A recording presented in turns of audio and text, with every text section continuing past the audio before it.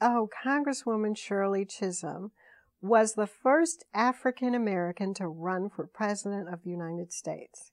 She was a school teacher in Brooklyn, and she was a state legislator, and she decided to throw her hat in the ring and run for office, and the men really didn't want her to run. And she ran and she won, and boy, was she feisty. And she came from a very urban area, Brooklyn, New York, and she encountered so much discrimination in Congress that they tried to deny her all of her committee assignments. She wanted to be on the Education and Labor Committee. They didn't want, the leaders in Congress for some reason didn't want her to be on there, even though she was an educator. They put her on the Agriculture Committee. Well, she turned lemons into lemonade because the Department of Agriculture runs the food stamp program. And so she worked greatly to expand food stamps in the United States, so to urban areas. So she was very creative, very dynamic, a great orator. And the thing that I loved about her is that she was so well dressed all of the time. There were no casual Fridays in her life. The concept offended her. She always had shoes that matched her purse. She often wore gloves. She was always in a suit, so that she wouldn't have to deal with her hair every day. She wore wigs. Sometimes she wore hats. She always had makeup on every day, and she was not the prettiest woman, but she was very feminine. And she was a great dancer, and she had sort of a West Indian lilt to her conversation. And I would see her in the committee talking to her male colleagues because there weren't many women in Congress.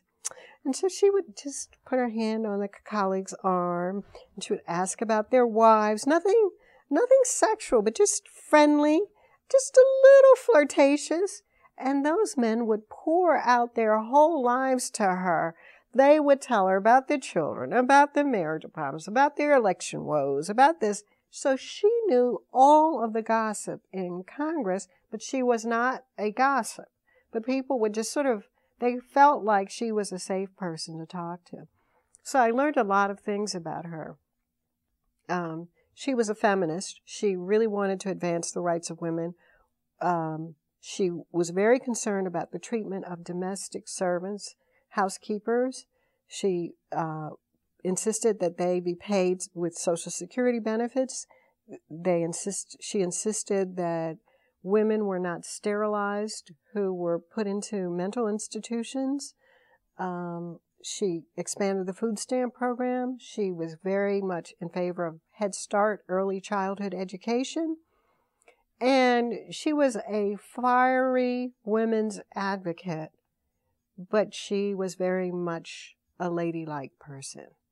And I saw this contrast with this aggressive agenda, this courageous presentation, talking about things people didn't want to talk about gender discrimination or race discrimination, all packaged in this very petite, ladylike, well-spoken person. And I said, wow, you don't have to be angry to be effective.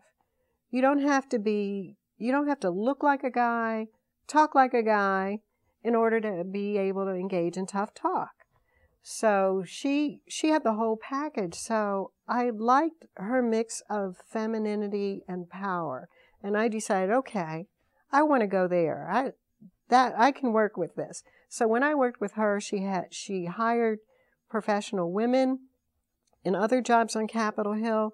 Women could only get jobs as secretaries or clerks.